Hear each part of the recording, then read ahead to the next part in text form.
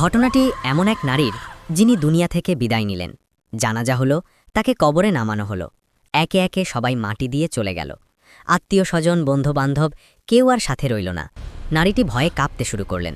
কবরের সেই ভয়াবহ একাকিত্ব তাকে গ্রাস করে নিল। হঠাৎ কবরের নীরবতা ভেঙে ফেরেশতারা উপস্থিত হলেন। সোয়াল জবাব শুরু হলো। এরপরেই এলো সেই ভয়ানক হুকুম, জাহান্নামের সাপ নিয়ে এসো। এমন এক সাপ যার চোখ দিয়ে আগুনের ফুলকি বের হচ্ছিল, যার নিঃশ্বাসের হুঙ্কারে কবরের মাটি কেঁপে উঠছিল। মহিলাটি আতঙ্কে জমে গেলেন। তার রুহু পর্যন্ত থরথর করে কাঁদতে মিল লাগল। মনে হচ্ছিল বাঁচার আর কোনো উপায় নেই। সাপটি যখনই ফনারা তুলে তাকে দংশন করতে এগিয়ে এলো, ঠিক তখনই আল্লাহ কুদরত দেখুন, সাপটি ওই নারীকে স্পর্শও করতে পারল না। মুহূর্তের মধ্যে কবরের ভেতর এক নূরের জ্যোতি জ্বলে উঠল। সেই তীব্র আলো অন্ধকারের বুক চিড়ে এক মানুষের আকৃতি ধারণ করল।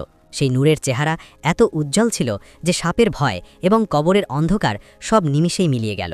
মহিলাটি অবাক হয়ে কম্পিত কণ্ঠে জিজ্ঞেস করলেন, কে আপনি? এই ঘোর বিপদের সময় আমাকে বাঁচাতে কোথা থেকে এলেন?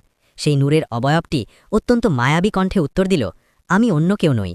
আমি হলাম সেই আমল যা তুমি প্রতিদিন ফজরের নামাজের পর ৩১৩ বার পাঠ করতে। আমি হলাম পবিত্র দরুদ শরীফ। সুবহানাল্লাহ। তাই আসুন আজ থেকেই আমরা প্রতিজ্ঞা করি, প্রতিদিন ফজরের পর অন্তত ৩১৩ বার না হলেও সাধ্যমতো দরুদ শরীফ পাঠ করব। ভিডিওটি দেখে যদি আপনার ঈমান তাজা হয় তবে কমেন্টে লিখুন সুবহানাল্লাহ।